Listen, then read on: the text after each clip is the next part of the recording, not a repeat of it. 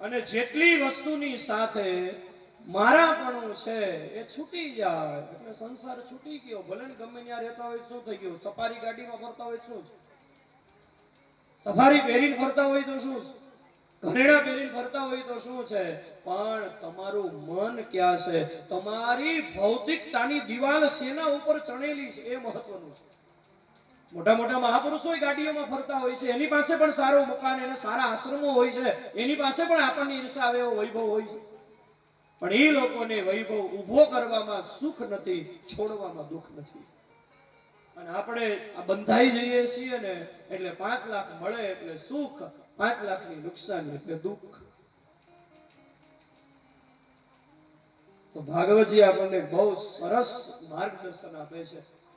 ભગવદ ગીતામાં ભગવાને કહ્યું છે પદ્મપત્ર ઈવાંબસા, એ ઘરમાં રહેવું તો કેવી રીતે રહેવું? જેવી રીતે જળમાં કમળ રહે એમ રહેવું. શું જળમાં કમળ રહે? કઈ રીતે જળમાં કમળ રહેતું હોય ને, પાણીમાં હોવા છતાં પણ સજ્જનો આશ્ચર્ય થશે, કમળને પાણી અડી ન શકે. પાણીમાં જન્મેલું કમળ, પાણીમાં મોટું થયેલું કમળ, ઈ કમળને તમે ગમે એટલું પાણીમાં જબોળજો, પ્રયોગ કરજો, કમળ કોરું કોરું રહેશે, ભીંજાય જ નહીં. એમ સંસારમાં રહેવા છતાં પણ સંસાર મનમાં ન આવે. આ મારું છે, આ તારું છે, એ મનથી મૂકવું. એટલા માટે મારું તારું મનથી, મારું તારું મનથી, મારું તારું મનથી, મારું તારું મનથી. ભક્તિ કેરો પંથન ચૂકો, ભક્તિ કેરો પંથન ચૂકો, ભક્તિ કેરો પંથન ચૂકો, ભક્તિ કેરો પંથન ચૂકો. મનના ઘોડા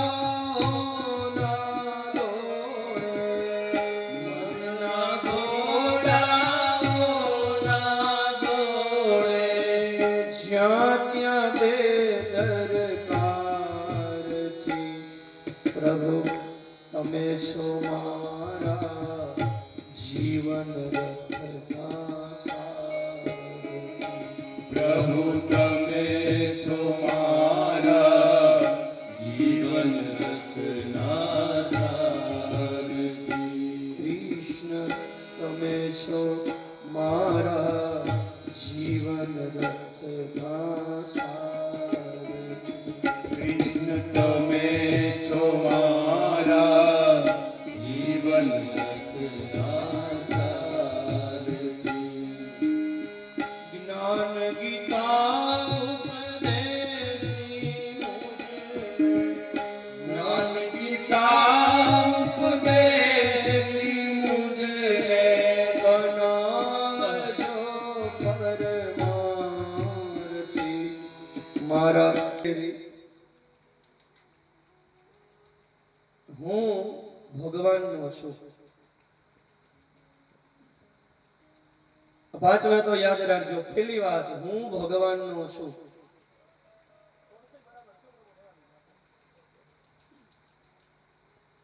હું ભગવાનનો છું. બીજું, હું ભગવાનના દરબારમાં રહું છું. આ જે કંઈ છે એ બધું ભગવાનનું તો છે. હું ભગવાનનો છું, ભગવાનના દરબારમાં રહું છું. ભગવાનના દરબારમાં રહીને હું જે કંઈ કરું છું એ બધું ભગવાનનું કામ કરું છું. અને ભગવાનનું કામ કરતા કરતા મને જે કંઈ મળે છે બધું ભગવાનનો પ્રસાદ છે. અને ભગવાનનો પ્રસાદ જે કંઈ વસ્તુ મને મળશે એનાથી હું ભગવાનના લોકોની સેવા કરીશ. હું ભગવાનનો છું, ભગવાનના દરબારમાં રહું છું, ભગવાનનું કામ કરું છું, ભગવાનનું કામ કરતા કરતા ભગવાનનો પ્રસાદ મળે છે અને ભગવાનના પ્રસાદથી ભગવાનના લોકોની સેવા કરીશ. તમે યાદ સમજવાનો પ્રયત્ન કરો. આ 5 વસ્તુને યાદ રાખી અને ઘરમાં રહ્યો તો આમાં ક્યાં ભગવાનનું સ્મરણ ચૂકાનું? આપણે ત્યાં શું કહેવાય છે, શાસ્ત્રકારો શું કહે છે? ભગવાનનું સ્મરણ કરો, ભગવાનનું સ્મરણ કરો. તો સ્મરણ કરવું એટલે કઈ માળા લઈને બેસી જઈએ એ જ સ્મરણ થોડું છે. સ્મરણ કરવું એટલે કઈ કથા માટે જઈએ, કથા સાંભળવા માટે જઈએ એ જ સ્મરણ થોડું છે. સ્મરણ એટલે સીધો અર્થ છે, સ્મરણ એટલે યાદ રહેવું, સ્મરણ એટલે યાદ આવવી. તો તમે ઘરનું કામ કરતા કરતા પણ ભગવાનને યાદ કરતા રહ્યો તો જે કાંઈ કરો એ બધું ભગવાનનું ભજન. અને એટલા માટે તો ભગવાને અર્જુનજીને સ્પષ્ટ આદેશ કર્યો છે ભગવદ ગીતામાં, તસ્માત સર્વેષુ કાલેષુ મામ અનુસ્મર યુધ્ય ચ. હે અર્જુન, સર્વ કાળ મારું સ્મરણ કરતો જા અને યુદ્ધ કરતો જા. હવે તમે વિચાર કરો, ભગવાનનું સ્મરણ કરતું જવાનું, યુદ્ધ કરતું જવાનું, આ કેમ મેળ પડે? યુદ્ધની અંદર ભગવાનનું સ્મરણ રહે. યુદ્ધની અંદર ઓમ નમો ભગવતે વાસુદેવાય, ઓમ નમો ભગવતે વાસુદેવ બોલવાનો વખત હોય ને, તીરની ઝાકાઝીક બોલતી હોય ને, શ્રી કૃષ્ણ શરણમ મમ કે ઓમ નમઃ શિવાય બોલવાનો વખત હોય, ત્યાં તો એકબીજા ઉપર શસ્ત્ર પ્રહાર કરવાના હોય ને, પ્રચંડ વિનાશ કરવાનો હોય યુદ્ધમાં. અને છતાંય ભગવાને અર્જુનને એમ કહ્યું, તસ્માત સર્વેષુ કાલેષુ મામ અનુસ્મર યુધ્ય ચ. તું સર્વ કાળ મારું સ્મરણ કરતો જા, યુદ્ધ કરતો જા. એ બે વસ્તુ તો જ સંભવ બને જો મનમાં એક વાત દ્રઢતાપૂર્વક નક્કી કરી લીધી હોય કે આ યુદ્ધ હું કરું છું એ ભગવાન માટે થઈને કરું છું. તો યુદ્ધ કરતા કરતા પણ ભગવાન ભૂલાય નહીં, ભગવાનનું સ્મરણ ચૂકાય નહીં. અને એટલા માટે જો સમજવાનો પ્રયત્ન કરજો, ભગવાનનું સ્મરણ કરવાનું અને ઘરનું કામ કરતું જવાનું એમ છે. ઘરનું કામ કરતું જવાનું, ભગવાનનું સ્મરણ કરતું જવાનું એમ નથી. જો ભગવાનનું સ્મરણ કરતા કરતા ઘરનું કામ કરીશ એટલે એમાં ભગવાનનું સ્મરણની પ્રધાનતા છે, મુખ્ય ભગવાનનું સ્મરણ છે. પણ ઘરનું કામ કરતા કરતા ભગવાનનું સ્મરણ કરીશ તો એમાં મુખ્યતા કોની થઈ? મુખ્યતા ઘરના કામની થઈ. અને ઘર કામને મુખ્યતા આપીને તો ઘર કામને મુખ્યતા આપતા ભગવાનનું સ્મરણ થાય. પણ મારા જીવનમાં મુખ્યતા ભગવાનના સ્મરણની છે. અને આ ઈ સ્મરણ કરતા કરતા હું ઘરનું કામ કરીશ તો ઘરનું કામ કરતા કરતા પણ તમને ભગવાન ભૂલાશે નહીં. અને એટલા માટે તસ્માત સર્વેષુ કાલેષુ, પહેલા મામ અનુસ્મર, પછી યુધ્ય છે. ભગવાનનું ચિંતન કરતા કરતા, ભગવાનનું સ્મરણ કરતા કરતા યુદ્ધ કરવાનું, ઘરનું કામ કરવાનું. ભગવાનના ચિંતનની મુખ્યતા આપો. અને સજ્જનો સમજવાનો પ્રયત્ન કરજો, જે વસ્તુને તમે મુખ્ય માનો ને એ વસ્તુમાં મન લગાડવું ન પડે, લાગી જાય. સમજવાનો પ્રયત્ન કરજો. જે વસ્તુની અંદર મુખ્યતા તમને લાગતી હોય ને આ બહુ મહત્વનું છે, એમાં મન લગાડવું ન પડે. તમે માળા કરતા હો, તમે સેવા કરતા હો, તમે ભગવાનનું નામ લેતા હો, ભગવાનની કથા સાંભળતા હો અને તમારું મન ભગવાનમાં ન લાગતું હોય તો નક્કી કરી લેજો તમે ભગવાનને મહત્વ આપતા નથી. તમે ભગવાનને મહત્વના માન્યા જ નથી, નહીતર મન લગાડવું પડે જ નહીં, લાગી જાય. અને એટલા માટે ઘણા લોકો અમને પ્રશ્ન કરતા હોય, મહારાજ અમે માળા કરવા માટે બેસીએ છીએ ને તો અમારું મન ચારે બાજુ ભટકવા માંડે છે, આમ કેમ હશે? એવા લોકોને તો હું પૂછું, પૈસા ગણતા હો ત્યારે કેમ થાય છે? ક્યાંય મન જાય? 2,000 ની 100 નોટની થોકડી હોય એટલે તો 2 લાખ થઈ ગઈ ને. હવે તો 2 લાખ તો સાવ આવડા. હવે ઈ 2 લાખ રૂપિયા હોય, ઈ 2,000 ની નોટ ગણતા હોય, સાચું કેજો ક્યાંય મન જાય? કોઈ એવી ફરિયાદ કરી કે પૈસા ગણવામાં મન નથી લાગતું? બને જ નહીં. પૈસા ગણવામાં મન લાગી જ જાય. શું કામ? તમે એને મહત્વના માનો છો. એવી જ રીતે સજ્જનો જે દિવસે તમે મારા ભગવાનને મહત્વના માનવા માંડશો ને તે દિવસે મન લગાડવું નહીં પડે, આપોઆપ મન લાગી જશે. તમે મહત્વના માનો છો કે નહીં એ બહુ મહત્વની વાત છે. આપણે શું કરીએ ખબર, આપણે બહાનાબાજી બહુ કરીએ. કળિયુગના જીવ છીએ, અમને ભગવાનના દર્શન કેમ થાય, આવા બહાના ન કાઢો. આ એ જ કળિયુગ છે કે જે કળિયુગની અંદર આપણા ગુજરાતના નરસિંહ મહેતાને 52 વખત ભગવાનના દર્શન થયા છે. આ એ જ કળિયુગ છે મહારાષ્ટ્રના સંત નામદેવજી મહારાજને 56 વખત ભગવાનના દર્શન થયા. આપણને કેમ ભગવાનના દર્શન ન થાય, શું કામ ન થતા? એનું કારણ એ છે કે નામદેવજીની અને નરસિંહ મહેતાની ભગવાન માટેની જે વ્યાકુળતા હતી એ જ વ્યાકુળતા આપણામાં છે, પણ ભગવાન માટે નહીં, પૈસા માટે. અને જે દિવસે પૈસા માટેની જેટલી વ્યાકુળતા છે એટલી વ્યાકુળતા ભગવાન માટે થઈ જશે, તે દિવસે ચૂટકી માં ઇન્સ્ટન્ટ બધું થઈ જશે. સવાલ જ નથી. તમે એક વસ્તુ સમજવાનો પ્રયત્ન કરજો, આ બધો જે અભ્યાસ કરવો પડે છે ને, માળા કરવી પડે, કથા સાંભળવી પડે, ભગવાનનું સ્મરણ કરવું પડે, એ શું કામ છે ખબર છે? ભગવાનને મેળવવા માટે નહીં.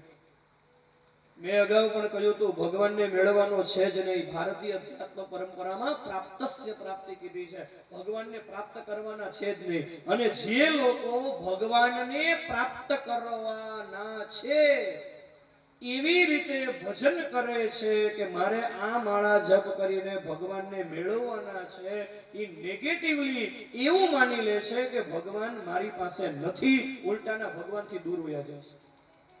બહુ ઊંડાણ વાળી વાત છે, સમજવાનો પ્રયત્ન કરજો. જે લોકો એમ માને છે કે ભગવાનને મારે પ્રાપ્ત કરવાના છે, ઈ આમ જોવો ને તો આડકતરી રીતે ઈ ભગવાનને પ્રાપ્ત કરવાના છે એટલે ઈ શું માને છે કે ભગવાન મારી પાસે અત્યારે નથી, એટલે માનસિક રીતે ભગવાનથી દૂર થઈ જાય છે. હવે સમજવાનો પ્રયત્ન કરજો. 4 વાતો હું તમને સમજાવું. એક, અહીંયા આટલા ભગવદીઓ, આટલા લોકો તમે બેઠા છો, એમાંથી એવા કેટલા લોકો છે કે જે એવું માને છે કે ભગવાન સર્વવ્યાપક છે? બધાય માનો છો કે ભગવાન સર્વવ્યાપક છે? ભગવાન સર્વવ્યાપક છે તો અહીંયા હોય કે ન હોય? હોય જ ને. અને જો અહીંયા ન હોય તો ભગવાન સર્વવ્યાપક કહેવાય, ખોટું પડે ને? બીજો પ્રશ્ન, ભગવાન સર્વદા છે, ભગવાન કાયમી છે, એવું કેટલા લોકો માને છે? બધા માને છે. ભગવાન કાયમી છે તો અત્યારે છે કે નથી? છે. જો અત્યારે ભગવાન નથી તો ભગવાન કાયમી છે, કેવું ખોટું પડી જાય. ત્રીજું, ભગવાન સર્વમાં છે એવું આપણા શાસ્ત્રો કહે છે. ઈશ્વર સર્વભૂતાનાં હૃદયે અર્જુન તિષ્ઠતિ રામાયણ સર્વભૂતાની યંત્રારૂઢાની માયા. ભગવદ ગીતામાં ભગવાને ચોખ્ખું કહ્યું છે કે જીવ માત્રના હૃદયમાં હું નિવાસ સ્થાન કરું. તો ભગવાન સર્વમાં છે કે નથી? છે. તો મારામાં તમારામાં છે કે નથી? છે. જો મારા અને તમારામાં ભગવાન ન હોય તો ભગવાન સર્વમાં છે, કેવું ખોટું પડી જાય. અને ચોથી વાત, ભગવાન સર્વના છે. સમોહમ સર્વભૂતેષુ, ભગવાને ભગવદ ગીતામાં કહ્યું છે હું ભૂત માત્રનો છું. રામચરિત માનસમાં રામજીએ કહ્યું સબ મમ પ્રિય સબ મમ ઉપજાય, બધા જ મારા વાલા છે અને બધા જ મેં જ બનાવેલા છે. તો ભગવાન સર્વના છે એ સાચું કે નહીં? ભગવાન બધાના છે ને? ભૂત માત્ર એટલે દુષ્ટ હોય, રાક્ષસ હોય, ભક્ત હોય, ઋષિ હોય, મનુષ્ય હોય, જીવ જંતુ હોય, પશુ પક્ષી હોય. સમૂહમ સર્વભૂત એવું ભગવાન બધાના હોય તો મારા તમારા છે કે નથી?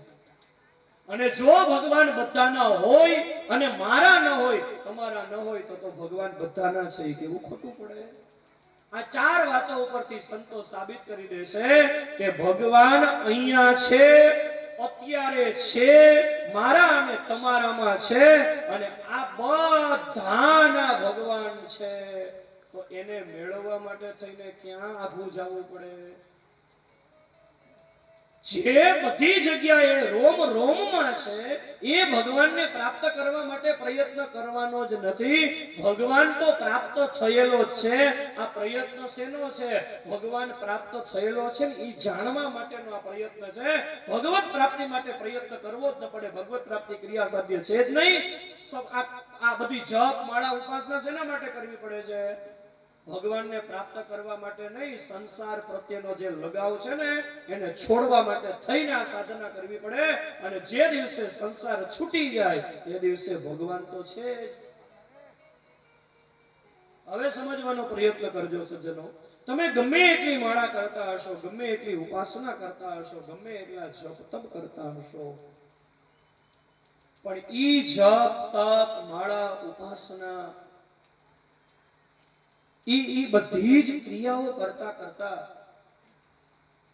તમારા મનની અંદર જો સંસાર બેઠેલો હશે, તમારા મનની અંદર ઈચ્છા શેની છે એ બહુ મહત્વનું છે. તમે આમ જપ કેટલા કરો, કથા કેટલી સાંભળો એ મહત્વનું નથી, પણ તમારા મનની અંદર ઈચ્છા શેની પડી છે, સંસારને મેળવવાની કે ભગવાનને મેળવવાની? ગમે એટલા જપ તપ ઉપાસના કરો પણ તમારી ઈચ્છા સંસાર પ્રાપ્તિની હશે. મંદિરે તમે જાઓ, તમને પૂછજો કે તમે કેટલી વખત મંદિરે જાઓ છો, અને એ મંદિરે જતી વખતે તમે તમારા માટે કેટલી વાર ગયા અને ભગવાન માટે કેટલી વાર ગયા. આપણે ભગવાન ક્યાં મેળવવા જ છે? આપણે તો ભગવાનની પાસેથી બધું જોઈએ છે, ભગવાન તો જોતા જ નથી. ભગવાન મળે કેમ? તમારો પ્રેમ સંસાર માટેનો છે અને ક્રિયા તમે ભગવત પ્રાપ્તિ માટે થઈને કરો, એ તો ક્યાંથી મેળ આવે? સજ્જનનો નિયમ છે પ્રેમ બીજાને કરવો છે અને પરણવું છે બીજાને, એ તો ક્યાંથી મેળ પડે? મારો અને તમારો અંદરથી પ્રેમ સંસારને છે અને મેળવવા ભગવાનને છે. એટલા માટે મીરાબાઈએ શું કહ્યું? મેરો તો ગિરધર ગોપાલ. ગિરધર ગોપાલ છે ઈ મારા છે. સાથે સાથે મીરાબાઈએ શું કીધું? મેરો તો ગિરધર ગોપાલ દૂસરો ન કોઈ. આપણે કહીએ તો ખરા કે મેરો તો ગિરધર ગોપાલ, પણ પાછી દૂસરો ન કોઈ એમાં મેળ ન પડે. એ બધાય મારા, દૂસરો નો કોઈ એમ નહીં, એ બધાય મારા અને ભગવાન મારા. એ તો ક્યાંથી મેળ પડે? કા સંસાર પ્રત્યેની ઈચ્છા જોશે અને કા ભગવાનની પ્રાપ્તિ માટેની ઈચ્છા જોશે.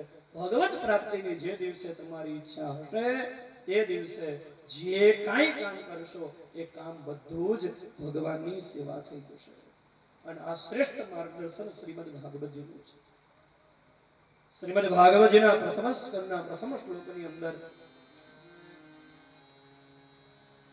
જન્માદ્યસ્ય યતોન્વયાદિતરતસ્સાર્થે સ્વવિઘ્નસ્વરાટ તેને બ્રહ્મ હૃદય આદિ કવયે મુહ્યન્તિ યત્સૂરયઃ તેજો વારિમૃદાં યથા વિનિમયો યત્ર ત્રિસર્ગો મૃષા ધામ્ના સ્વેન સદા નિરસ્તકુહકમ સત્યમ પરમ ધીમહિ. પ્રથમ શ્લોકની અંદર સત્ય સ્વરૂપ પરમાત્માનું ધ્યાન ધર્યું છે. જન્માદ્યસ્ય, જન્મ આદિ અસ્ય, જેનાથી અસ્ય એટલે આ જગત જન્મે છે, જીવે છે અને જેની અંદર જગત લય પામે છે, એ તત્વ કયું? સત્ય સ્વરૂપ પરમાત્માનું અમે ધ્યાન ધરીએ છીએ. જેવો સજ્જનો શ્રીમદ ભાગવતજી છે ને એ સગુણનો મહિમા ગાતો ગ્રંથ છે હો. અને છતાંય સગુણનો ગ્રંથ હોવા છતાં ભાગવતજીનો આરંભ નિર્ગુણના ધ્યાનથી થયો છે. શું કામ? વ્યાસજી એક તો એ બતાવવા માંગે છે કે ભાગવત સગુણ પ્રધાન ગ્રંથ છે, પણ ભાગવતને નિર્ગુણનો કોઈ વિરોધ નથી. ભાગવતને નિર્ગુણ પણ સ્વીકાર્ય છે અને સગુણ છે એટલે એનો અર્થ એ થાય કે નિર્ગુણ છે તો સગુણનું અસ્તિત્વ હોય. નિરાકાર છે એટલે તો સાકાર છે, નિરાકારમાંથી તો સાકાર બને છે. સત્ય સ્વરૂપ પરમાત્માનું ધ્યાન ધરી બીજા શ્લોકની અંદર શ્રીમદ ભાગવતજીનો અનુબંધ ચતુષ્ટય બતાવ્યો છે. અનુબંધ ચતુષ્ટયની અંદર શ્રીમદ ભાગવતજી અનુબંધ ચતુષ્ટય, કોઈ પણ જે ઓથેન્ટિક ગ્રંથ હોય ને એના આરંભમાં અનુબંધ ચતુષ્ટય હોય. અનુબંધ ચતુષ્ટય એટલે અધિકારી ચ સંબંધ વિષયશ્ચ પ્રયોજનમ, જેની અંદર ચાર વસ્તુ બતાવે. એક તો આનો અધિકારી કોણ, અધિકારી એટલે આનો આનંદ કોણ લઈ શકે. બીજું, આ ગ્રંથનો સંબંધ કોની સાથે છે. ત્રીજું, આ ગ્રંથનો વિષય શું છે અને આ ગ્રંથ રચવાનું પ્રયોજન શું. આ ચારે ચાર વસ્તુ જેમાં બતાવે એને અનુબંધ ચતુષ્ટય કહેવાય. બીજા શ્લોકની અંદર અનુબંધ ચતુષ્ટય આવ્યું છે. ધર્મ પ્રોજિત કેતવોત્ર પરમ નિર્મત્સરાણાં સતાં वेद्यं वास्तवमात्रमस्तु श्रीमदम् तापत्रयो नमः। श्रीमद्भागवते महामुनिकृते किं वा परेरीश्वर सद्योरोद्यमरोद्यते प्रकृतिभिः शुश्रूषुभिः तत्क्षणात्। આ ભાગવતજી એનો અધિકારી કોણ બતાવ્યું? નિર્મત્સરાણામ સતામ, જેની અંદરથી મત્સર નીકળી ગયો છે. મત્સર એટલે શું? મત્સમઃ કોપી, મારા જેવું તો આ જગતમાં બીજું કોઈ છે જ નહીં. આઈ એમ સમથિંગ, એ જે છે ને મત્સર છે. અને જેનામાં મત્સર હોય ને એ ભાગવતનો આનંદ ન લઈ શકે. કારણ કે એ ભાગવતને પામવા કરતા માપવામાં સમય વધારે બગાડે. એ ભાગવતને માપવામાં પામવાનું રહી જાય. હું કાંઈક જાણું છું આવો ભાવ લઈને ભાગવતની કથા સાંભળવા માટે બેસે, એ ભાગવતનો આસ્વાદન લઈ જ ન શકે. એનું કારણ એ છે, સોક્રેટિસનું એક વચન છે, હું કાંઈ જાણતો નથી, ત્યાંથી જ જાણવાની શરૂઆત થઈ છે. સમજવાનો પ્રયત્ન કરજો સજ્જનો. જ્ઞાન પ્રાપ્તિની પૂર્વ શરત એ છે કે જ્યાં સુધી આપણા હૃદયની અંદર એવો ભાવ હશે ને કે હું કંઈક જાણું છું, ત્યાં સુધી શું થશે ખબર છે? જ્ઞાનની શરૂઆત નહીં થાય. જ્ઞાન પ્રાપ્તિની શરૂઆત કરવી હોય તો હું કંઈક જાણું છું, હું કંઈક જાણી રહ્યો છું, મને બધી જ ખબર છે, આવો ભાવ રાખે ને એને કોઈ દિવસ અધ્યાત્મની અંદર કાંઈ વસ્તુ મળે જ નહીં.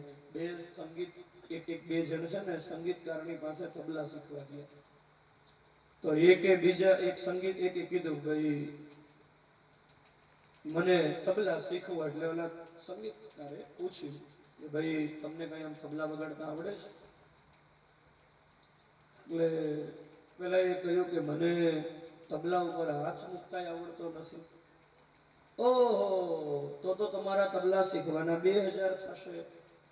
અચ્છા. બીજાને પૂછ્યું તને? તો કે મને થોડા થોડા તબલા વગાડતા આવડે છે. તો ઓલા કહ્યું ઓહો, તબલા વગાડતા આવડે છે? તો તારા 3000 થશે. ઓલાએ કીધું કે મારા 1000 વધારે છે ને. ઓલાને કઈ નથી આવડતો છતાં એના 2000 ને મને તો આવડે છે તોય મારા 1000 વધારે કેમ? ઓલા સંગીતકારે કીધું તને જેટલું આવડે છે ને એ પેલા ભૂલવું પડશે, એના એક થશે. મને કઈક આવડે છે, હું કઈક જાણું છું. સજ્જનો સમજવાનો પ્રયત્ન કરજો. જ્ઞાન પ્રાપ્તિની પૂર્વ શરત જ છે પોતાની અજ્ઞાનતાનું ભાન હોવું. એ અંધારું હોય ને અંધારું, એ અંધારામાં બીજું કઈ ન દેખાય તો કઈ નહીં, પણ કમસે કમ અંધારું તો દેખાવું જોઈએ કે નહીં? એમ અજ્ઞાનતામાં આપણને બીજી કોઈ વસ્તુનું જ્ઞાન ન હોય તો કઈ નહીં, પણ હું અજ્ઞાન છું ઈ ભાન તો હોવું જોઈએ કે નહીં? અને એમાંય ભાગવતની કથા તો જ્ઞાન લઈને સાંભળવાની છે જ નહીં. કારણ કે શ્રીમદ ભાગવતની કથા એ બુદ્ધિની કથા છે જ નહીં. શ્રીમદ ભાગવતની કથા એ હૃદયની કથા છે. અહીંયા બુદ્ધિની એરણે કોઈ પણ વાતને ચડાવશો તો ભાગવતને પામી નહીં શકો. ભાગવતની કથા સાંભળતી વખતે મનુષ્યના હૃદયમાં હંમેશા એક ભાવ હોવો જોઈએ કે આ કથા ભગવાનની છે, કોઈ સામાન્ય મનુષ્યની નથી. અને ભગવાનની કથા સાંભળી રહ્યો છું આવો ભાવ નહીં હોય તો શું થશે ખબર? કે કથાની અંદર તો ઘણી વસ્તુ એવી આવે કે આપણે બુદ્ધિથી વિચારીએ તો આપણી બુદ્ધિ સ્વીકારે જ નહીં. દાખલા તરીકે ભાગવતજીના 10મા સ્કંદના 25મા અધ્યાયમાં આવશે કે ઇન્દ્રએ જ્યારે સાવર્તક નામના મેઘ વરસાવ્યા ત્યારે ભગવાન શ્રી કૃષ્ણએ નાનું બાળક જેવી રીતે બિલાડીનો ટોપ ઉપાડી લે એ રીતે ભગવાન શ્રી કૃષ્ણએ ડાબા હાથની ટચલી આંગળી ઉપર 7 કોસના ગોવર્ધન પર્વતને ધારણ કર્યો. હવે બુદ્ધિથી તમે વિચારો તો ભાઈ પર્વત આમ જમીન ઉપર જે વસ્તુ પડી હોય એમ પડ્યો ન હોય. પર્વત છે એ જેટલો બહાર હોય ને એનાથી 1000 ગણો તો અંદર હોય. અને કઈ વસ્તુ પડી હોય એવી રીતે કઈ આમ પડ્યો ન હોય કે આમ ઉપાડી શકાય. એ તો 1000 ગણો તો જમીનમાં દટાયેલો હોય. તો એ વસ્તુ સંભવ જ નથી. બુદ્ધિથી વિચારો તો એમ થાય કે 7 વર્ષનું બાળક કઈ આખો પર્વત થોડો ઉપાડી શકે. આ તો બધી કપોલ કલ્પિત વાતો છે. ઈ તો એવા દુષ્ટ બુદ્ધિ વાળા લોકો હોય ને કે જે મનુષ્યની કથા છે આવા ભાવથી કથા સાંભળતા હોય ને એને આવા વિચાર આવે. બાકી જે ભગવાનની કથા સાંભળવા બેઠો છે એના મનમાં શું હોય? આ પર્વત ઉપાડનારા સામાન્ય મનુષ્ય થોડા છે, ભગવાન છે. અને ભગવાન તો કરતુંમાં કરતું અન્યથામાં કરતું. ભગવાન તો બધુંય કરવા સમર્થ છે. પર્વત ઉપાડે એમાં ક્યાં મોટી વાત છે? એક વખત છે ને દેવર્ષિ નારદજી નારાયણ નારાયણ કરતા હસ્તિનાપુરમાં આવ્યા. દુર્યોધને નારદજીને પૂછ્યું, મહારાજ ક્યાંથી પધારો છો? નારદજીએ દુર્યોધનને કહ્યું, દ્વારિકાથી સીધો આવ્યો છે. ઓહો! દુર્યોધન એણે નારદજીને પૂછ્યું, આપ જ્યારે દ્વારિકાથી પધાર્યા ત્યારે દ્વારિકાધીશ શ્રી કૃષ્ણ શું કરતા હતા? નારદજી દુર્યોધનને કહે, દુર્યોધન હું જ્યારે દ્વારિકા ગયો ને ત્યારે દ્વારિકાધીશ શ્રી કૃષ્ણ સોયના નાકામાંથી હાથી કાઢવાની લીલા કરતા હતા. તો દુર્યોધન હસવા માંડ્યો. તમે જેમ હસવા માંડ્યા એમ જ. દુર્યોધને કહ્યું, હવે તો મને એમ હતું દુર્યોધન કે હું એક જ ખોટા બોલું છું. હવે તો ખબર પડી ગઈ સાધુય ખોટું બોલે છે. કઈ સોયના નાકામાંથી હાથી થોડો નીકળે વસ્તુ સંભવ જ નથી. નારદજી નારાયણ નારાયણ કરતા સીધા યુધિષ્ઠિરની પાસે. યુધિષ્ઠિરે પૂછ્યું, ક્યાંથી આવો છો? આપ તો પરિભ્રમણ કરતા હોય, સંત છો. નારદજીએ કહ્યું, ધર્મરાજા દ્વારિકાથી આવ્યો છું. અચ્છા, અમારા ભગવાન શું કરતા હતા? એટલે નારદજી કે, અરે યુધિષ્ઠિર, હું તને કહીશ ને તો તને આશ્ચર્ય થશે. અચ્છા, એ મહારાજ આશ્ચર્ય થાય એવી લીલા કરતા હતા અમારા ભગવાન? એવું તો શું આશ્ચર્ય હતું? નારદજી કે, હું દ્વારિકાથી આવ્યો ને ત્યારે દ્વારિકાધીશ શ્રી કૃષ્ણ ભગવાન સોયના નાકામાંથી હાથી કાઢવાની લીલા કરતા હતા. યુધિષ્ઠિર હસવા માંડ્યા. નારદજીએ કહ્યું, મને ખબર જ હતી તને આશ્ચર્ય થશે એટલે તું હસવાનો જ છો. યુધિષ્ઠિર કે, મહારાજ સોયના નાકામાંથી હાથી કાઢવાની લીલા અમારા ભગવાન કરતા હતા. ઈ વાતનું અમને હસવું નથી આવતું, પણ તમારા જેવા સંત, તમારા જેવા મહાપુરુષ એમ કહે છે કે દ્વારિકાધીશ સોયના નાકામાંથી હાથી કાઢવાની લીલા કરતા હતા. ઈ આશ્ચર્યજનક ઘટના છે. અરે મહારાજ, સોયના નાકામાંથી હાથી કાઢવો ને ઈ અમારા ભગવાન માટે આશ્ચર્યજનક ઘટના નથી. અમારા ભગવાન સોયના નાકામાંથી સુમેરુ પર્વત પણ કાઢી શકે. હવે એમાં હાથી કાઢવો એમાં ક્યાં મોટી વાત?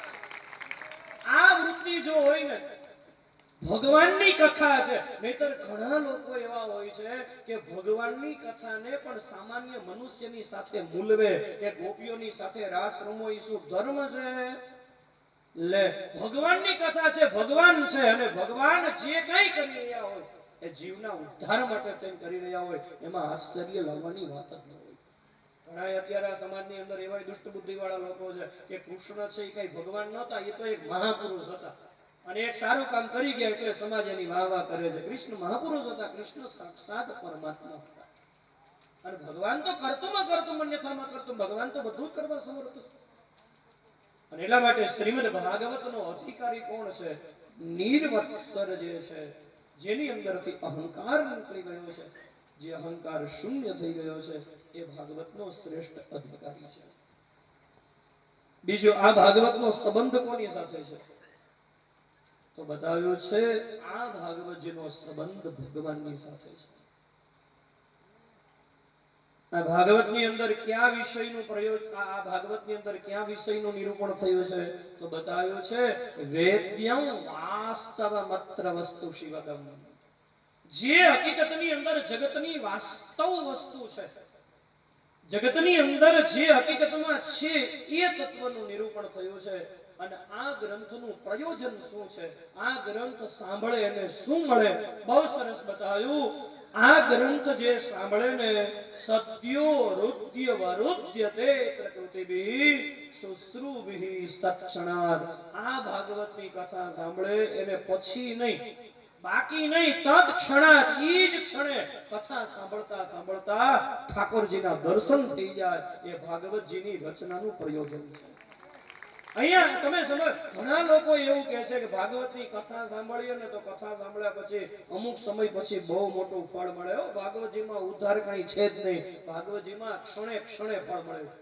અહીંયા પછી આશા રાખવાની જરૂર જ નથી. તમે વિચાર કરો, આ ભાગવતની કથા સાંભળતા સાંભળતા 3 કલાક સવારમાં 3 કલાક બપોર પછી, આ કપરા કાળની અંદર, આવા સમયની અંદર તમે અમારી સામે બેસીને અમને સાંભળો છો. સાચું કહેજો, સાંભળતા સાંભળતા તમને આનંદ આવે છે કે નથી આવતો? તો હવે ક્ષણે ક્ષણે વાક્ય વાક્ય તમને આનંદ આવે છે. થોડી થોડી વારે તમે તાલી પાડો છો અને મારી વાતને વધાવો છો, તો ક્ષણે ક્ષણે મિનિટે મિનિટે આનંદ આવી રહ્યો છે. તો પછી આનાથી મોટું ફળ હોય કયું? જે આનંદ આપણને વિષયોથી નથી મળતો, એ આનંદ આ ભગવત કથાથી મળે છે. એ તો આ ભાગવતજીનું ફળ છે. અહીંયા પછી છે જ નહીં. અહીંયા સાંભળતા સાંભળતા જ ક્ષણે ક્ષણે હૃદયમાં ભગવાનના દર્શનની અનુભૂતિ થઈ જાય છે. ત્રીજા શ્લોકની અંદર શ્રીમદ ભાગવતને વેદ વૃક્ષનું પાકેલું ફળ કયું છે. અને પછી નૈમિષારણ્યની અંદર હજારો ઋષિઓ 1000 વર્ષ સુધી ચાલે એવો યજ્ઞ કરતા હતા. યજ્ઞ કરતા કરતા ઋષિઓની પાસે સમય વધ્યો એટલે બધા જ ઋષિઓ શૌનક મુનિને આગળ કરી આવ્યા છે સુતજીની પાસે. અને શૌનક આદિ મુનિઓએ સુતજીને 6 પ્રશ્ન કર્યા છે. ભાગવતજીના પ્રથમ સ્કંદનો પ્રથમ અધ્યાય, જેને વિદ્વાનો પ્રશ્નાધ્યાય કહે છે. અહીંયા 6 પ્રશ્ન કરવામાં આવ્યા છે અને આ 6 પ્રશ્નના જવાબમાં આખું ભાગવત છે. એમાં શ્રીમદ ભાગવતનો પહેલો પ્રશ્ન બહુ સુંદર છે. તત્ર તત્ર જસા ભવતા યદ વિનિશ્ચિતં પુંસામે કાંતતઃ શ્રેયઃ તન્નઃ સંસીતુમર્હસી. મહારાજ, તમે અમને એ બતાવો કે મનુષ્ય જીવનનું પરમ કલ્યાણ શેમાં છે? બહુ મહત્વનો પ્રશ્ન છે. સૌનકાદિ મુનિઓએ બીજો પ્રશ્ન કર્યો. મહારાજ, આ કળિયુગના માણસનું આયુષ્ય એક તો ઓછું છે, એમાંય ઓછા આયુષ્યમાં કેટલી જિંદગી તો ઊંઘમાં વહી જાય છે. સજ્જનો, હમણાં એક દિવસ વિચારતો હતો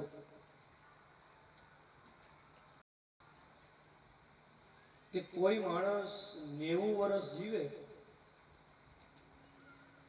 તો એ પોતાના જીવનકાળ દરમિયાન કેટલા વર્ષ ઊંઘ કરે? ગુણાકાર કરતા જાજો, જવાબ આવી સાંભળજો. એક તંદુરસ્ત માણસ દર 24 કલાકે 8 કલાકની સરેરાશ ઊંઘ કરે. તમે જો, કોઈ પણ માણસ રાત્રે 10 વાગે સુવે, સવારે 6 વાગે ઉઠે. તંદુરસ્ત હોય તો 8 કલાકની ઊંઘ કરે. ઘણા કુંભકર્ણનો અવતાર હોય તો 12 કલાકની સૂતા હોય. પણ સરેરાશ 8 કલાકની ઊંઘ જોઈએ. એક તંદુરસ્ત માણસ 24 કલાકે એક દિવસે 8 કલાક સૂવે. તો એક દિવસની 8 કલાક થાય તો એક મહિનાની કેટલી કલાક થાય? એક મહિનાના 30 દિવસ, એટલે 30 ગુણ્યા 8 બરાબર કેટલા થાય? 240 કલાક એક મહિનામાં આપણે ઊંઘ કરીએ. તો 240 કલાકના દિવસો કરવા હોય તો 240 કલાકને દિવસોમાં ડાયવર્ટ કરો તો 240 કલાકના દિવસ કેટલા થાય? 24 કલાકનો એક દિવસ, તો 240 કલાકના કેટલા દિવસ થાય? 10 દિવસ. તો 30 દિવસે એક મહિને આપણે 10 દિવસની ઊંઘ કરીએ તો 12 મહિનાની ઊંઘ કેટલી થાય? એક મહિનાના 10 દિવસ, તો 12 મહિનાના 12 ગુણ્યા 10 બરાબર 120 દિવસ. એટલે એક વર્ષે 120 દિવસની ઊંઘ થાય તો 120 દિવસના મહિના કેટલા થાય? 30 દિવસનો 1 મહિનો તો 120 દિવસના 4 મહિના થાય, એટલે 12 મહિને 4 મહિના ઊંઘ કરીએ એટલે સીધો હિસાબ છે વર્ષનો ત્રીજો ભાગ આપણો ઊંઘમાં જાય, કારણ કે 4 × 3 = 12 થાય, 4 તેરી 12, તો એક વર્ષનો ત્રીજો ભાગ જો ઊંઘમાં જતો હોય તો એનો અર્થ એ થયો કે આખી જિંદગીનો ત્રીજો ભાગ ઊંઘમાં જાય, તો કોઈ માણસ 90 વર્ષ જીવે તો 90 વર્ષનો ત્રીજો ભાગ 30 વર્ષ થાય, તો 30 વર્ષ તો ઊંઘમાં જાય છે, સીધો હિસાબ છે. જાગૃત અવસ્થામાં તો 60 જ વર્ષ રહે છે.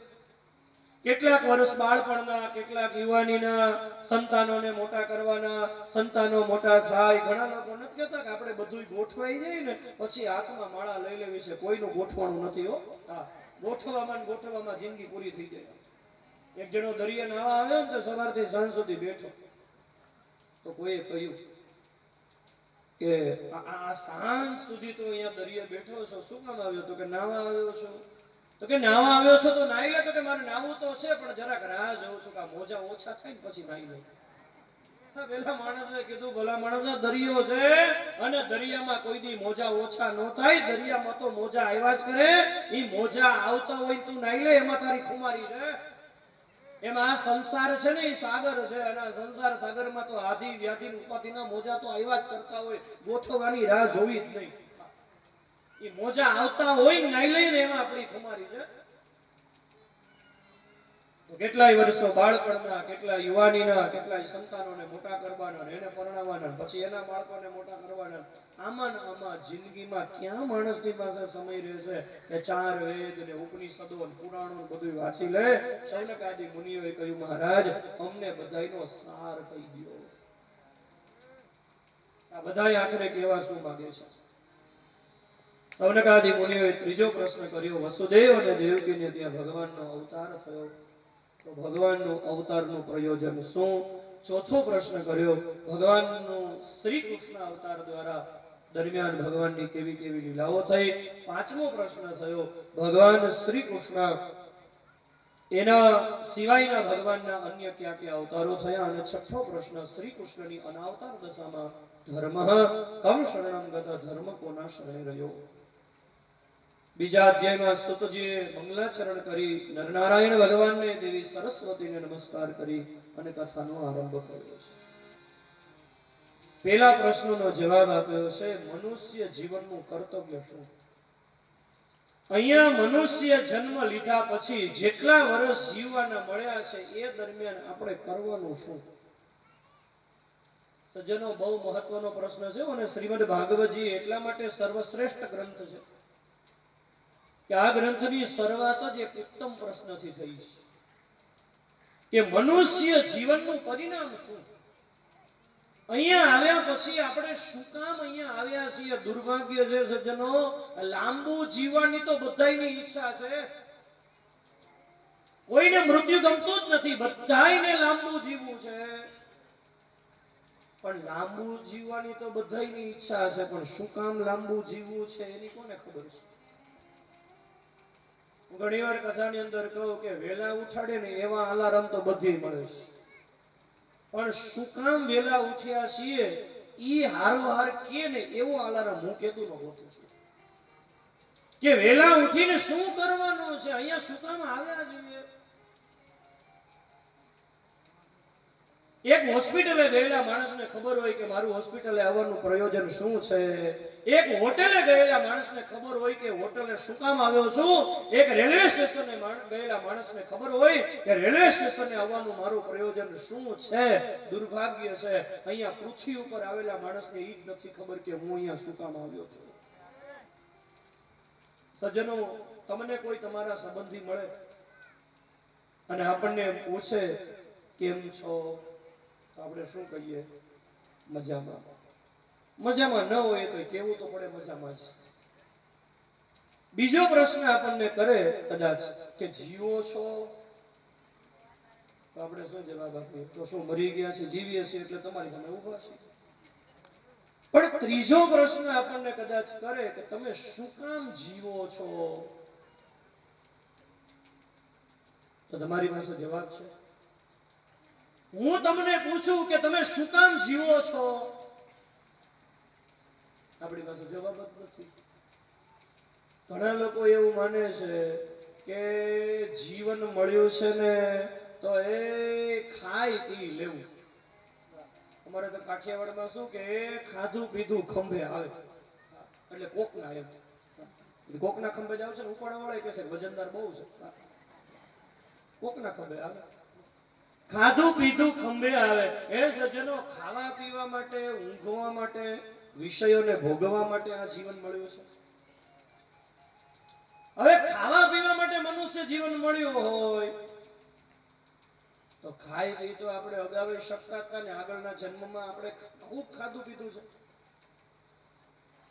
આપણે અગાઉના જન્મમાં, કારણ કે આપણું શાસ્ત્ર એમ કહે છે કે 83,99,999 જન્મ લીધા પછી 84મા લાખમાં મનુષ્ય જન્મ મળે.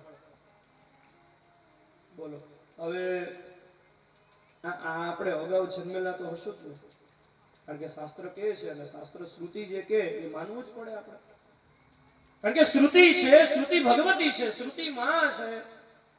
અને મારો પિતા કોણ છે એ સત્ય વાત તો માં જ બતાવી શકે. માં સિવાય કોઈ બતાવી ન શકે કે આ દીકરાનો પિતા કોણ છે.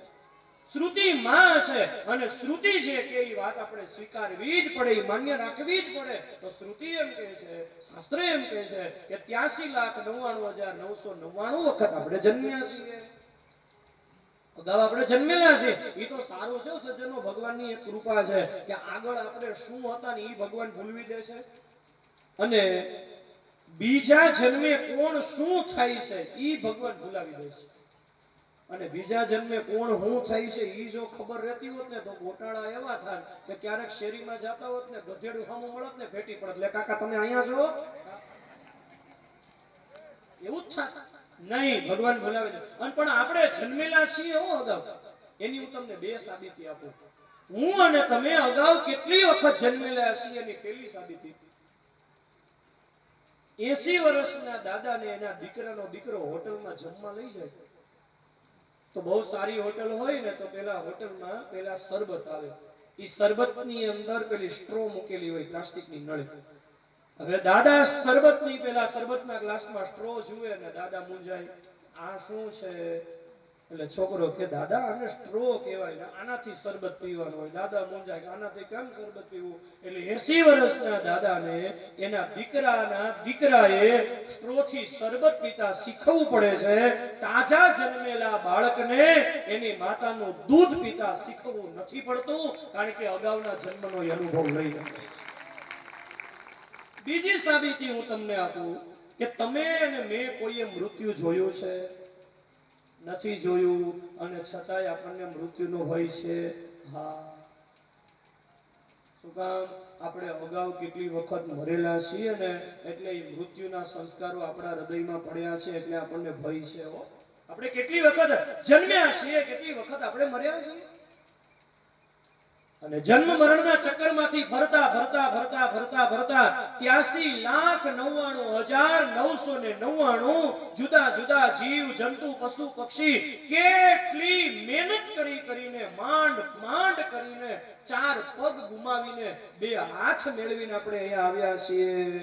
તો અહીંયા આવ્યા પછી મનુષ્યનું પશુ કરતા કંઈક વધારાનું કર્તવ્ય તો હશે ને, કે આટલી મહેનત કરીને મનુષ્ય જન્મ મળ્યો. હવે ખાવા પીવા માટે જો આ મનુષ્ય જન્મ મળ્યો હોય તો આહાર નિદ્રા ભયમૈથુનં ચ સામાન્યમેત પશુભિનરાણામ ધર્મો હિ તેષામધિ કો વિશેષો ધર્મેણૈના પશુભિ સમાન. આપણું શાસ્ત્ર એમ કહે છે કે 4 વસ્તુ તો મનુષ્યમાં પશુમાં સરખી છે. આહાર એટલે ખાવું. હવે ખાવાનું મનુષ્યને પણ છે અને પશુને પણ છે. ભલે બધાયના ખાવાના પદાર્થો જુદા જુદા છે, પણ બાકી ખાવું તો પશુઓને ગમે જ છે ને. હું ઘણીવાર કથાની અંદર કહું, આપણને સાટા જલેબી પેંડામાં જેટલી મજા આવે ને, અને આપણે જે શ્રીખંડ ખાતા ખાતા આનંદ લેતા હોય ને, ક્યારેક સમય મળે ત્યારે જોજો ઓલું ભૂંડ ગટર ખાતું હોય ને એમાં એટલી જ મજા આવતી હોય. તો ખાવાનો આનંદ તો પશુઓને પણ છે અને મનુષ્યને પણ છે. ઊંઘ નિદ્રા પશુઓ પણ કરે છે, મનુષ્યને પણ ઊંઘ જોઈએ છે. ભલે પશુની ઊંઘવાની રીત જુદી છે, મનુષ્યની ઊંઘવાની રીત જુદી છે, બાકી ઊંઘ તો બધાને જોઈએ. ભય પશુઓને પણ છે અને મનુષ્યને પણ છે. પશુને ભય લાગે કે ન લાગે? તમે પશુ છે, ગાય છે, અને વાછરડાને જન્મ આપ્યો હોય, વાછરડાને કેટલું હેત કરતી હોય ગાય, પણ એ ગાયને તમારે ધણમાં મોકલવી હોય, ચરવા મોકલવી હોય, તો એનો માલિક ગાયને લાકડી બતાવે એટલે તરત ગાય વાછરડું છોડી દોડવા માંડે, કારણ કે એને બીક છે, મને મારશે, મને સજા થશે. તો આપણને મૃત્યુ જેવી રીતે પશુને ભય છે, એમ આપણને મૃત્યુનો ભય છે જ ને. આપણને મૃત્યુનો ભય છે, અને એ આપણે બધાએ અનુભવ્યું છે કે મૃત્યુનો ભય કેટલો છે. મૂળજીભાઈ બેઠા છે. મૂળજીભાઈ નાકર પરિવારની કથા હતી, અને પોથી યાત્રા વખતે ઓલી માખી ઉડી, ક્યાં કોઈ બાજુમાં રહ્યું છે, બધા હીરો ભાગ્યા, હું એકલો રહી ગયો. આ વખતે તો શરદભાઈ કહેતા હતા કે અમે તો પોથી યાત્રા કે ત્યાંથી જ રાખી છે, પણ આ વખતે તો જોઈ આવ્યા છીએ અમે, કે ક્યાંય મતનું કોડું છે નહીં. મેં પૂછ્યું, મેં જોજો. અને અબિલ ગુલામની તો આવતા હોય તમારા પદે, કારણ કે મારા આશીષભાઈ તો એનો અનુભવ કરેલો છે, એને તો આવતા જ ના પડતી હતી કે અબિલ ગુલાલ નહીં. આ તો હું વિનોદ કહું કે મારો કહેવાનો શું રહેશે, મૃત્યુનો ભય બધાને છે, અને જ્યારે મૃત્યુ આવે ત્યારે ક્યાં કોઈ કોઈનો છે, બધાને ભય લાગે છે ને. શરીર તો પહેલા નંબરનો પ્રેમ તો આપણો શરીર ઉપર જ છે ને આપણને. એટલા માટે તો કચ્છની અંદર જ્યારે ભૂકંપ આવ્યો ત્યારે માતાઓને સંતાન કેટલું વાલું હોય, દીકરો કેટલો વાલો હોય, પણ ભૂકંપ આવ્યો ત્યારે કેટલા એવા દાખલા છે, છોકરાને ઘોડિયામાં સૂતા મૂકીને માં ઘર છોડીને ભાગી ગઈ. કારણ કે મનુષ્યને ભય છે, મૃત્યુનો સૌથી વધારે ભયંકર ભય છે. તો મૃત્યુનો ભય તો પશુ નહીં છે અને મનુષ્ય નહીં છે. આહાર નિદ્રા ભય, અને ચોથું વિષયોના ભોગ. પ્રજોત્પત્તિ કરવી અને પોતાનો વંશ વધારવો, તો પશુય વંશ વધારે છે. કૂતરાઓનો વંશ નથી ચાલ્યો આવતો વર્ષોથી, કાંઈ કામ નથી કરતા, ક્યાંય કમાવા નથી જતા, તોય તો વંશ તો પશુઓનો વધે છે, અને પ્રારબ્ધ અનુસાર મનુષ્યનો પણ વંશ વધે છે. તો ખાવું, પીવું, ઊંઘવું, વિષયોને ભોગવવા અને ભય, આ ચાર વસ્તુ પશુમાં મનુષ્યમાં બધાયમાં સરખી છે. તો મનુષ્ય તરીકે આપણું વધારાનું કર્તવ્ય શું છે? અહીંયા આવ્યા પછી જીવન શું કામ મળ્યું છે એ પ્રશ્ન આપણને થવો જોઈએ. હો, અને યાદ રાખજો, બ્રહ્મણી ડોંગરેજી કથાની અંદર કહેતા કે અહીંયા આવ્યા પછી જે માણસ પોતાના લક્ષ્યને ચૂકી જાય છે કે હું અહીંયા શું કામ આવ્યો છું, એ માણસને જ લક્ષ્ય 84 માં પડવું પડે છે. બાકી જે પોતાના લક્ષ્યને યાદ રાખે કે હું અહીંયા શું કામ આવ્યો છું, મારું ચરમ લક્ષ્ય શું છે, મારે ક્યાં પહોંચવાનું છે, એને લક્ષ્ય 84 માં ન પડવું પડે. અને ક્યાં પહોંચવાનું છે એ જો ખબર ન હોય ને, તો જે મનુષ્યને લક્ષ્યની ખબર ન હોય અને લક્ષ્ય તરફ ગતિ ન થતી હોય ને, એ માણસનું જીવન ઘાણીના બળદ જેવું છે. ઘાણીનો બળદ હોય ને, જે તેલની ઘાણી કાઢતા જૂના જમાનામાં કોઈ મશીનની વ્યવસ્થા નહોતી, ત્યારે ઓલો ઘાણીનો જે બળદ હોય ને, એને સતત ચાલ્યા જ કરવાનું, સતત ચાલ્યા જ કરવાનું, પણ ગોળ ગોળ ચક્કર ચક્કર ફરવાનું, ઉગવાનું ક્યાંય નહીં. એમાં અહીંયા આવ્યા પછી ક્યાં પહોંચવાનું છે એ જ જો ખબર ન હોય તો મારી દ્રષ્ટિએ 100 વર્ષ જીવવું નકામું છે. એક બહુ મોટા શેઠ હતા ને, એની એક બહુ મોટી ફેક્ટરી હતી ને, ફેક્ટરીમાં મશીનમાં એવા કંઈક ફોલ્ટ આવી ગયો ને, તે મશીન ચાલુ ન થાય, અને રોજ 200-500 માણસોને એમાંથી રોજગારી મળતી હતી. શેઠે છાપામાં જાહેરાત છપાવી કે આ મશીન મોટા મોટા એન્જિનિયરોથી ચાલુ નથી થતા, કોઈ આ મશીન જો ચાલુ કરી દે તો હું એને 10,000 રૂપિયાનું ઇનામ આપું. ગામડાનો એક અભણ માણસ, ઘણા લોકો ઘણી વખત છે ને અભણ માણસોની અંદર બહુ સૂઝ હોય. હા, અમારા વડીલો કથાની અંદર કહેતા, દરિયાના કાંઠે મોટા મોટા એન્જિનિયરો એલા ગોળ આકારનો જે પાઇપ હતો વર્તુળ, એની અંદરથી દોરો પરોવવાનો પ્રયત્ન કરે, પણ આ વર્તુળ આકાર ને તે આમ દોરો આમ પરોવી ન શકે. બહુ મથ્યા પણ સાંજ પડી ગઈ, પણ છતાંય કઈ મેળ ન પડ્યો. અને એમાં એક બકરા ચરાવતો ભરવાડ નીકળો. એને જોયું, એન્જિનિયરે કીધું શું છે, તો કે આ વર્તુળ આકારનો જે પાઇપ છે ને વાંકો ચૂકો, એની અંદરથી અમારે દોરો પરોવો છે, પણ દોરો જાતો નથી. ઓલો કે એમાં ક્યાં મોટી વાત છે, દરિયાના કાંઠે દૂર એક વાડ હતી ને, એ વાડમાંથી એક ઉંદરડી પકડી આવે, એની પૂંછડીને દોરો બાંધ્યો અને જેવી પાઇપમાં મૂકી હડેડાટ કરતી બહાર નીકળી ગઈ. આમાં કેમ હોય, ઘણી વખત છે ને અભણ લોકો છે ને એની પાસે વધારે સમજણ હોય. તો અભણ ખેડૂત આવ્યો, એને ઓલા શેઠને કીધું 10,000 ઇનામ પાકું, તો કે પાકું.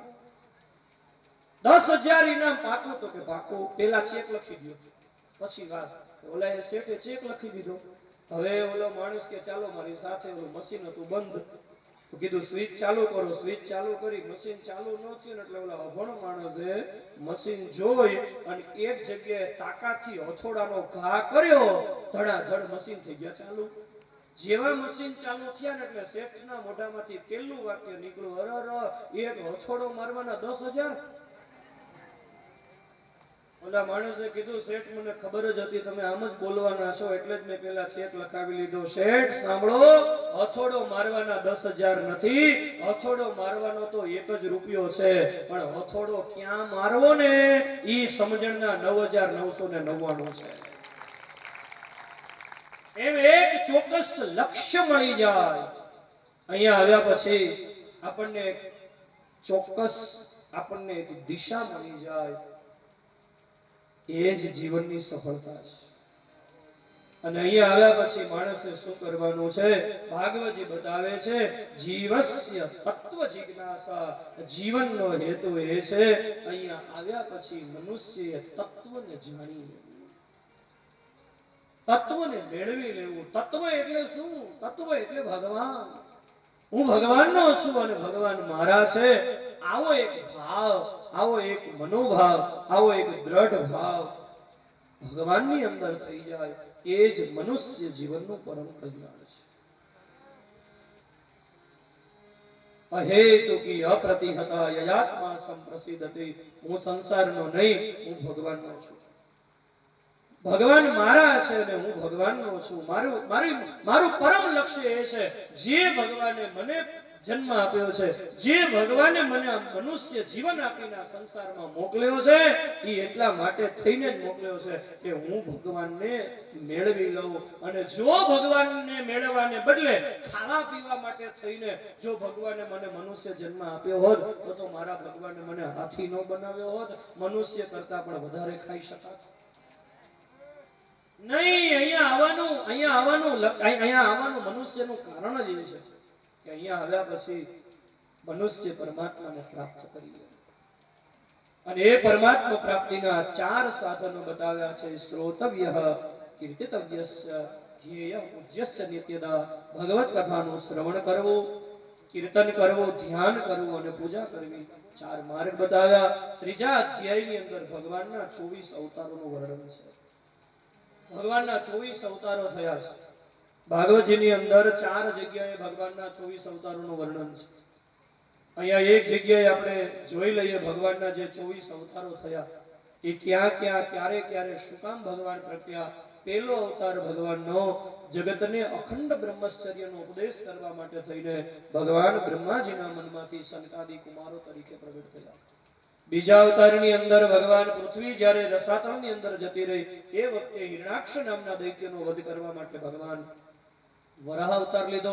ત્રીજા અવતારની અંદર ભક્તિનો મહિમા બતાવવા માટે થઈને ભગવાને નારદ અવતાર લીધો.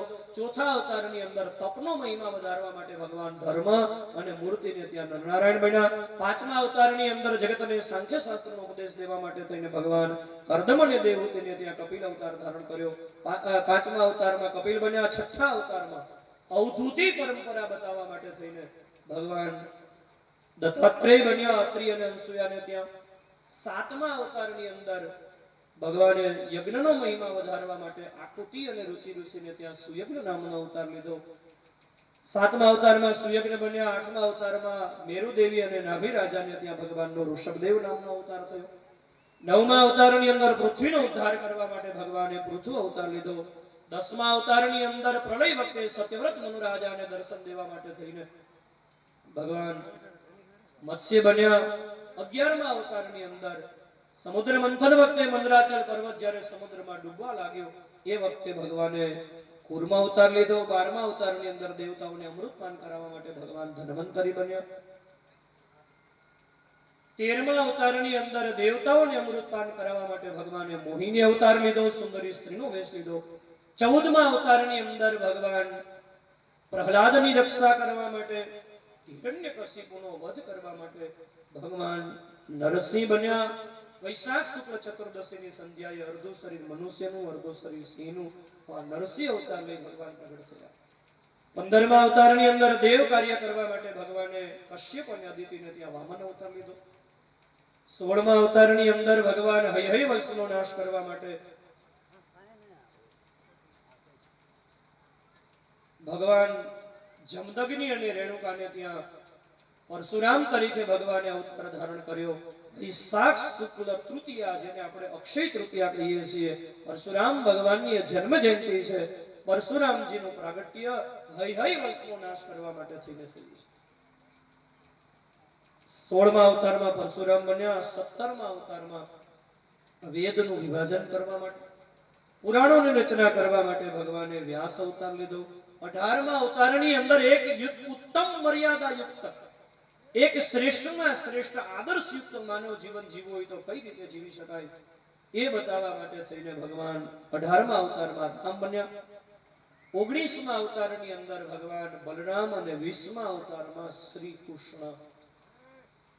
21મા અવતારની અંદર ધ્રુવને દર્શન આપવા માટે હરિ, 22મા અવતારની અંદર હયગ્રીવ, 23મા અવતારમાં બુદ્ધ અને 24મો અવતાર થયો નથી. પણ ભાગવતજીમાં એવું બતાવ્યું છે, કલયુગ જ્યારે પૂરો થવાનો હશે અને સતયુગનો આરંભ થવાનો હશે એ વખતે સંભલ નામના ક્ષેત્રમાં વિષ્ણુ યશસ નામના બ્રાહ્મણને ત્યાં ભગવાન કલ્કી એવું નામ લઈ અને પ્રગટ થશે અને કાળા દેવદત્ત નામના અશ્વ ઉપર આરૂઢ થઈ અને ઉદ્દંડિત રાજાઓને દંડ આપી અને ભગવાન ધર્મનું સ્થાપન કરશે. આ ભગવાનનો 24મો કલ્કી અવતાર થવાનો છે. પણ આપણે એના દર્શન થવાના નથી, કારણ કે 4,32,000 વર્ષ કળિયુગના પૂરા થાય ત્યારે કલ્કી અવતાર થશે. હજી કળિયુગના 5,500 વર્ષ જ ગયા છે. હજી તો કળિયુગ ઘોડિયામાં સૂતો છે, બહુ નાનું બાળક છે. હજી તો કળિયુગ યુવાન થશે ને ત્યારે તો શું થશે એની ખબર નથી. આ કળિયુગ જ્યાં બાળક છે ને ત્યાં આટલા દવાખાના ને આટલી પોલીસ ચોકીઓ બની છે. અમારા વડીલો તો કથાની અંદર કહેતા કે કળિયુગ જ્યારે યુવાન થશે ને ત્યારે ડોક્ટરો રેકડીમાં દવાની બોટલો લઈને શેરીમાં નીકળવાના છે. કોઈ દવા લ્યો, કોઈ દવા લ્યો, કારણ કે જેમ શાકભાજી વેચાશે એવી રીતે દવા વેચાવાની છે. હજી તો કળિયુગ મોટો થાય ત્યારે, હજી તો બાળક છે, 5,500 વર્ષ જ ગયા. કળિયુગમાં અંતમાં કલ્કી અવતાર થશે. આ ભગવાનના 24 અવતારો છે. ભાગવતજીમાં એવું લખ્યું છે, એતે ચાંસ કલા પુંસ કૃષ્ણસ્તુ ભગવાન સ્વયં. આ બધા જે અવતારો છે એમાં કોઈ અવતાર ભગવાનના આવેશ અવતાર છે, કોઈ અવતાર ભગવાનના કલા અવતાર છે, કોઈ અવતાર ભગવાનના અંશ અવતાર છે.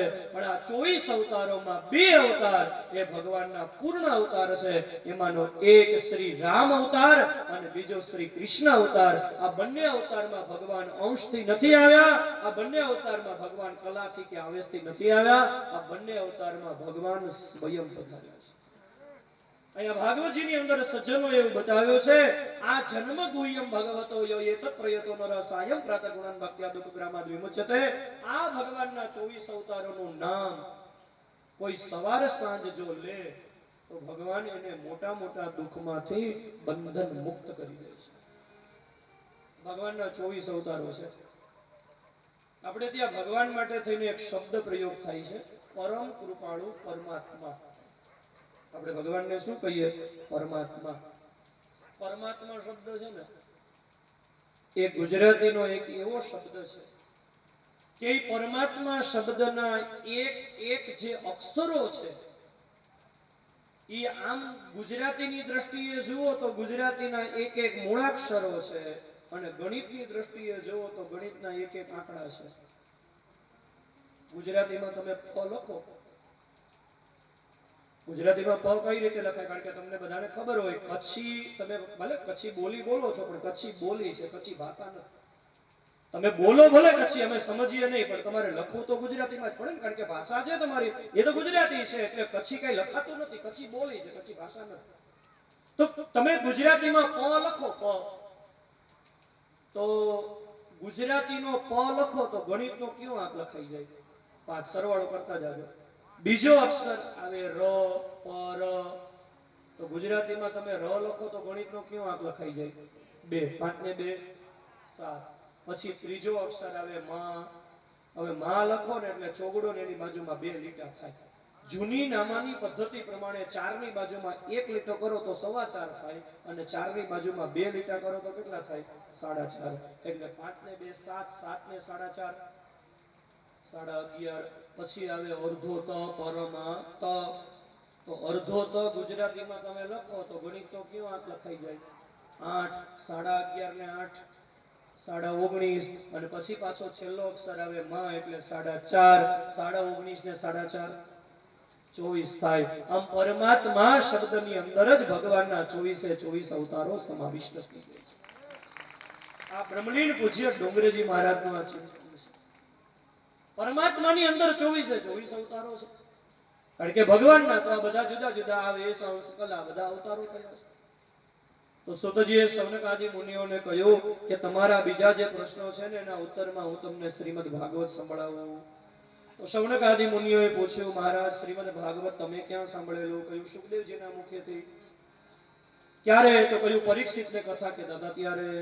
તો સૌનકાદિ મુનિઓએ પ્રશ્ન કર્યો, મહારાજ જે શ્રીમદ ભાગવત સુખદેવે પરીક્ષિતને કહ્યું એ તમે અમને બતાવો. પણ સુખદેવજી તો પરમહંસ યોગી હતા. એ ક્યાંય ગાય દોવા એટલો સમય પણ સ્થિર ઊભા નતા રહેતા. એ સુખદેવજી શ્રીમદ ભાગવત શું કામ ભણ્યા વ્યાસજી પાસેથી? અને 7 દિવસ સુધી પરીક્ષિતની સામે શું કામ બેઠા? બીજો પ્રશ્ન, પરીક્ષિતના જીવનમાં એવી તો કઈ ઘટના ઘટી કે આ ચક્રવર્તી રાજા રાજપાટ પુત્ર પરિવાર બધું છોડી અને કથા સાંભળવા માટે બેસી ગયા? અને ભાગવત ક્યાં લખાયું, ક્યારે લખાયું, શું કામ લખાયું અને ભાગવતની રચના કઈ રીતે થઈ એ બતાવો.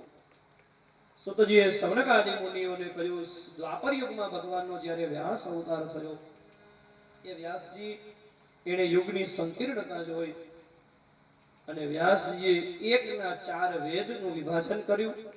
17 પુરાણો અને મહાભારતની રચના કર્યા પછી પણ જ્યારે એને શાંતિનો અનુભવ ન થયો ત્યારે દેવર્ષિ નારદજીએ એના પૂર્વજન્મના વૃતાંત યુક્ત વ્યાસજીને જ્યારે ઉપદેશ કર્યો અને 4 શ્લોકો જે ભગવાન આદિનારાયણે બ્રહ્માને આપ્યા હતા, બ્રહ્માએ નારદને આપ્યા હતા, એ નારદે 4 શ્લોક વ્યાસજીને આપ્યા અને વ્યાસજીએ સરસ્વતી નદીના કિનારે સમ્યાપ્રાસ નામના આશ્રમમાં 4 શ્લોકને હૃદયમાં પધરાવી અને સમાધિ કરી.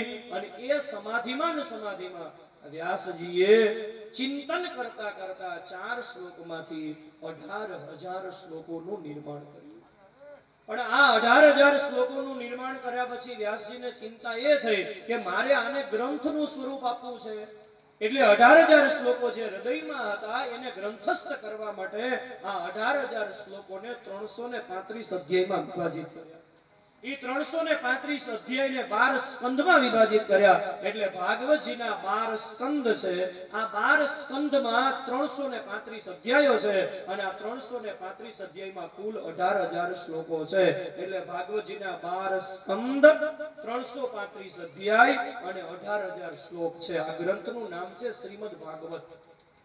સજ્જનો, ભાગવતની કથા સાંભળો છો તો કાંઈ યાદ ન રહે તો કાંઈ નહીં, પણ આટલું તો યાદ રાખજો કે ભાગવતના સ્કંધ કેટલા? 12, અધ્યાય કેટલા?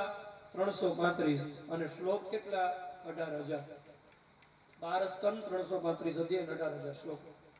અને કદાચ કોઈ લોકોને આટલું બધું યાદ ન રહેતું હોય ને તો જેને ફોન નંબર યાદ રહેતા હોય ને એને આટલું તો યાદ રહી જ જાય. 12, 335, 18 યાદ, આટલું યાદ રાખવાનું. 12, 335, 18 ઘરે જાવ ત્યારે બોલતા જાજો. 12, 335, 18, 12 સ્કંદ, 335 અધ્યાય અને 18,000 શ્લોકો. આ ભાગવતજી વ્યાસજીએ પોતાના પુત્ર શ્રી સુખદેવજીને આ ભાગવતજીનું અધ્યાપન કરાવ્યું. પણ સુખદેવજીએ ભાગવતજીનું અધ્યાપન કર્યું અને સુખદેવજીને એટલો આનંદ થયો કે મારે આ ભાગવત કોકને સંભળાવી દેવું છે. સજ્જનો, શ્રીમદ ભાગવતજીની ગુરુ પરંપરા કેટલી દિવ્ય છે તમે જુઓ. શ્રીમદ ભાગવતના આદિ ગુરુ કોણ છે? જેણે આ કથા ધ્યાનથી સાંભળી હશે એને ખ્યાલ આવી ગયો હશે. ભાગવતજીનું મૂળ ઉદ્ગમ સ્થાન કયું છે? ભગવાન શ્રી નારાયણ. ભગવાને આ 4 શ્લોકોને આપ્યા બ્રહ્માને, બ્રહ્માએ આ 4 શ્લોકોને આપ્યા નારદને, નારદે આ 4 શ્લોકોને આપ્યા વ્યાસને, વ્યાસજી આ 4 શ્લોકમાંથી 18,000 બનાવ્યા. 18,000 શ્લોકો વ્યાસજીએ કોને આપ્યા? સુખદેવને. અને હવે સુખદેવજી મહારાજ પરીક્ષિતને આ 18,000 શ્લોકો ભણાવવાના છે, સંભળાવવાના છે. આ ભાગવતજીની ગુરુ પરંપરા છે.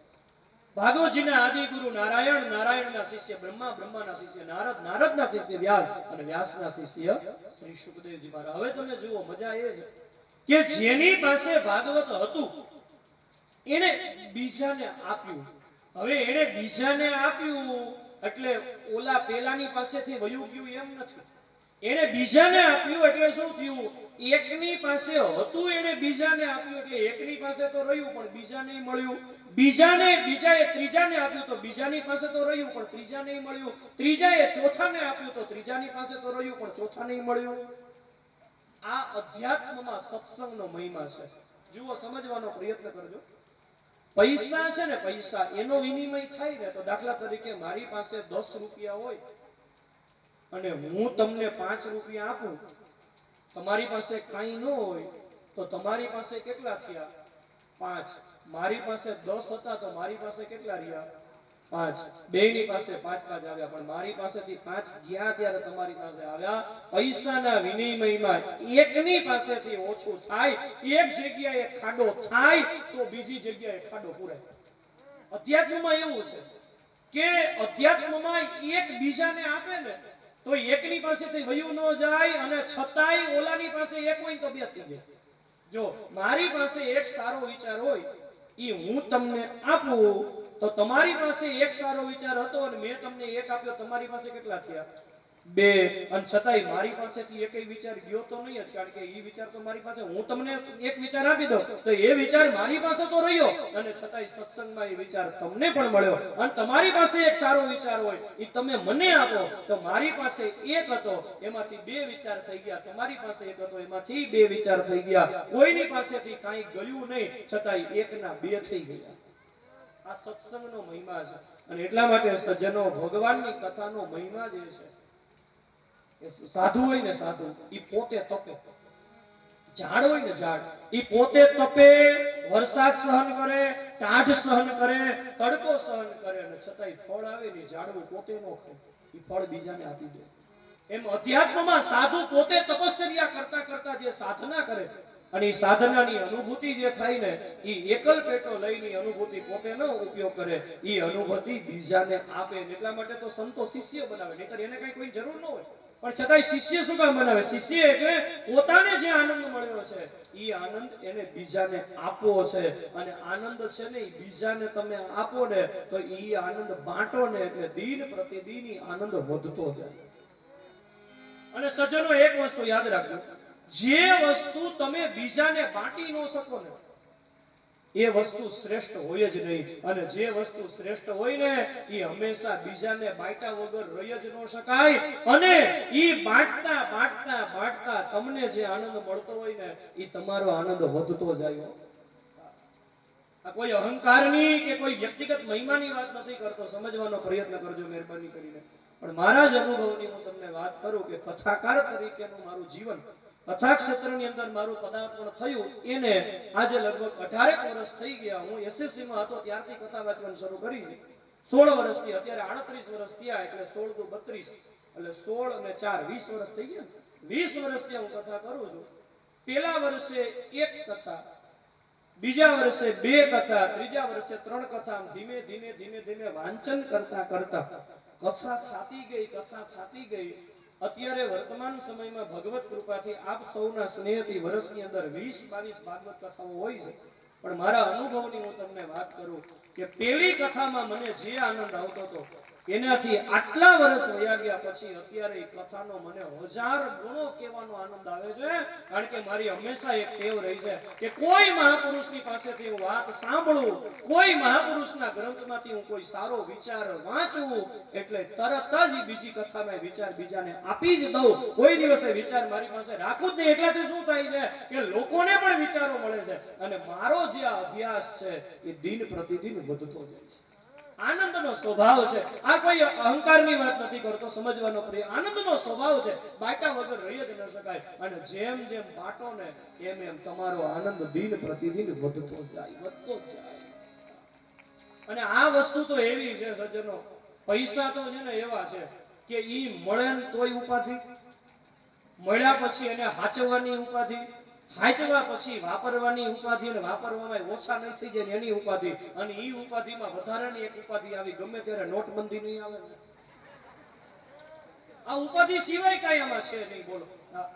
અને આ સદ વિચારોનું કેટલું મૂલ્ય છે ભર્તૃહરિ તો નીતિ શતકમાં લખે છે, વિદ્યા તો એવી વસ્તુ છે, ન ચોરહાર્યમ ન ચ રાજ્યભારમ ન પ્રાતૃભાજ્યમ ન ચ ભારકારી વ્યયે ગતે વર્ધતમેવ નિત્યમ વિદ્યા ધનમ સર્વધનમ પ્રધાનમ. વિદ્યા એટલે વિચાર, સદવિચારોનું ધન એવું છે કે ઓલું ધન તો છે ને ઈ ભેગું થતું જાય ને એમ ચિંતા વધતી જાય, ચોર ચોરી નહીં જાય ને,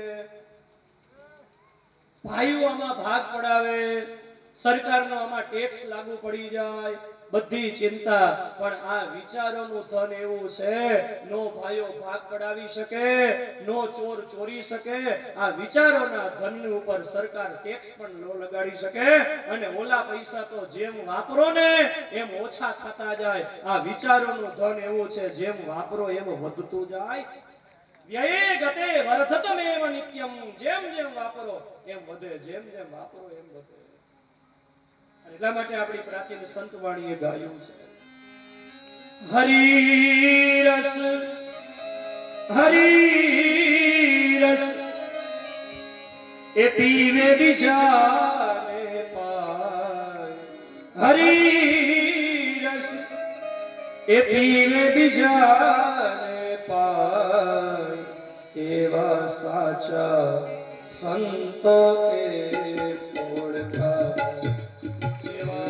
સાચા સંત